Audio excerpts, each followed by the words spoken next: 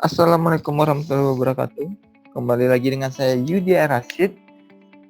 Masih di video tentang belajar TOEFL. Kita sekarang sudah memasuki ke listening comprehension skill yang keempat. Sebelumnya kita telah membahas tentang general strateginya dalam listening comprehension. Kemudian skill yang pertamanya yaitu fokus on second line, yang kedua itu adalah use answer with synonym, dan yang ketiga adalah avoid similar sound. Nah, yang keempat ini bisa dikatakan skill yang sedikit magic karena kita bisa menebak jawaban atau bahkan menebak soal yang bakal keluar bahkan sebelum recordingnya jalan. Jadi kita bisa menebak ABCD-nya sebelum recordingnya jalan, sebelum kita mendengar recordingnya. Apa itu? Itu adalah skillnya draw conclusion about who, what, and where. Skill yang keempat ini, it is common in listening part A to ask you to draw some kind of conclusion. Kita harus menarik kesimpulannya mengenai siapa, apa, dan di mana. When you start a question, the answer is not clearly stated, jadi tidak dinyatakan secara langsung, melainkan instead you must draw a conclusion. Jadi kamu harus mengambil kesimpulan. Jadi dia tidak dinyatakan di second line secara langsung, tapi secara tidak langsung dinyatakan. Tapi harus menarik kesimpulan based on the given clues given in the conversation. Contohnya adalah seperti ini. On the recording you hear, can you tell me what assignment I missed when I was absent for your class? You missed one homework assignment and a quiz. Pertanyaannya, who is the man? Okay. In your textbooks, you read a newspaper editor, police officer, teacher, and student. Nah, kira-kira kita lihat di kalimat keduanya ya. Kira-kira yang manakah profesi yang ada homeworknya, kata kuncinya, dan quiz? Yang pasti news editor dan police officer tidak, di antara Charlie dan Delta. Kira-kira posisi laki-laki di second speaker itu adalah sebagai teacher atau sebagai student? Jawabannya adalah teacher. Jadi jawabannya adalah C ya. Jawabannya adalah C, teacher. Another type of conclusion that is common in listening part A is to determine what. Jadi tadi itu contoh untuk mencari siapa yang berbicara, who. Di sini kita melihat apa, what will probably happen next. Jadi apa yang kira-kira terjadi selanjutnya. Ya. On the recording you hear, are you going to read those books here in the library? I think I would rather check them out now and take them home. What will the man probably do next? Itu pertanyaannya. Jadi in your textbook you read, sit down in the library, look for some more books, return to the books to the shelves, go to the circulation desk. Ini berhubungan dengan perpustakaan semuanya, berarti sangat membingungkan. Kita lihat kembali di keywordnya bahwa are you going to read those books. Jadi dia nanya tentang apakah buku itu akan kamu baca. I think I would rather check them out now and take them home. Check them out and take them home. Jadi what will the man probably do next? Apakah dia bakal duduk saja di di pustaka? Apakah dia mencari buku lainnya? Apakah mengembalikannya buku itu ke dalam rak, ke atas rak, atau go to circulation desk?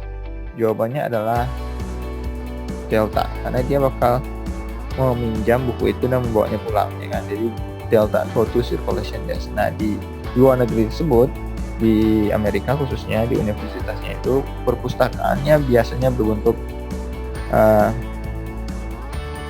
lingkaran. Kalau bentuk resepsionisnya ya, administrasinya itu berbentuk lingkaran, jadi dari segala sisi bisa untuk meminjam buku, jadi disebut dengan circulationist. Dan yang terakhir tadi sudah who, what, di sini where. A final type of conclusion that is common is determined where. Di manakah conversation itu berlangsung? Yang pasti dia bakal ada di dalam recordingnya. On the recording you hear, are you going into the water or are you just going to lie there on the sand? I think I need to put some suntan lotion. Where does this conversation take place? Jadi jelas ya, udah ada water, udah ada sand, jelas dia ada di Bravo, at the beach. Ya, jadi coba ditutup recordingnya. Kita lihat ada beauty salon, ada beach, ada sandbar, ada outdoor restoran. Kita bisa mengetahui bahwa yang bakal ditanyakan itu adalah di mana tempat. Berarti kita langsung bisa mengkonekkannya ke second speakernya nanti yang bakal bicara. Jadi kita bisa tahu apa pertanyaannya bakal keluar sebelum pertanyaan itu muncul.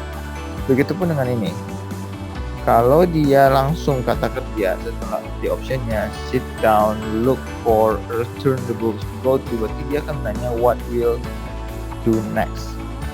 Dan ini ada kata kerja yang menunjukkan orang, itu berarti dia akan menanya mengenai who, siapa. Nah itu dia untuk draw conclusion. Kita lihat di sini.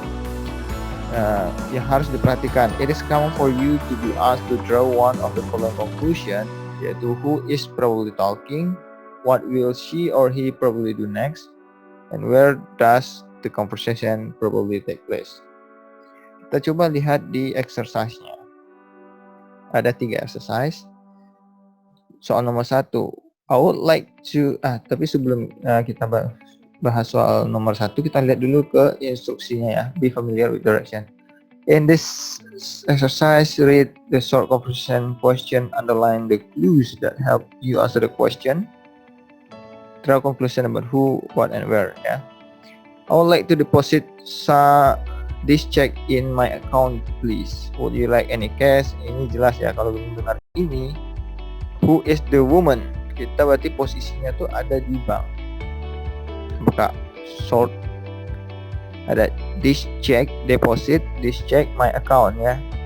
Dan any cash, itu biasanya bahasa-bahasa yang ada di bank. Apakah dia seorang penjaga toko, teller bank, akuntan, atau waitress? Jawabannya adalah Bravo, gampang kan? Nah kita lihat di nomor 2-nya. Have you deposit your paycheck yet? No, but that's next on my list of errands. What will the man probably do next? Jawabannya adalah, sudahkah kamu mencek pembayaran deposit pembayaran kamu? Belum. Belum. No, that's next on my list of errands. Itu ya selanjutnya di daftar list dia lah. Kemudian jawabannya adalah, apakah earn his paycheck, write a check, go to bank, make a list of errands. Jawabannya adalah go to the bank. Karena di sini what will the man probably do next, berarti dia menanyakan apa dan biasanya identik dengan kata kerja di depan. Nah, jawabannya adalah go to bank karena dia akan mencek deposit paychecknya. Nomor 3, did you get the bread, eggs, and milk? How we need to stand in the line at the checkout counter. Jadi ada bread, milk, eggs. Kira-kira dia di mana nih? Where does this procession probably take place? Di restaurant, bakery, farm, in a market. Jawabannya adalah in the market. Ya. Nah itu untuk skill yang keempat. Skill yang kelima dan keenam kita bahas di video berikutnya. Hope you enjoy this video. Stay smart.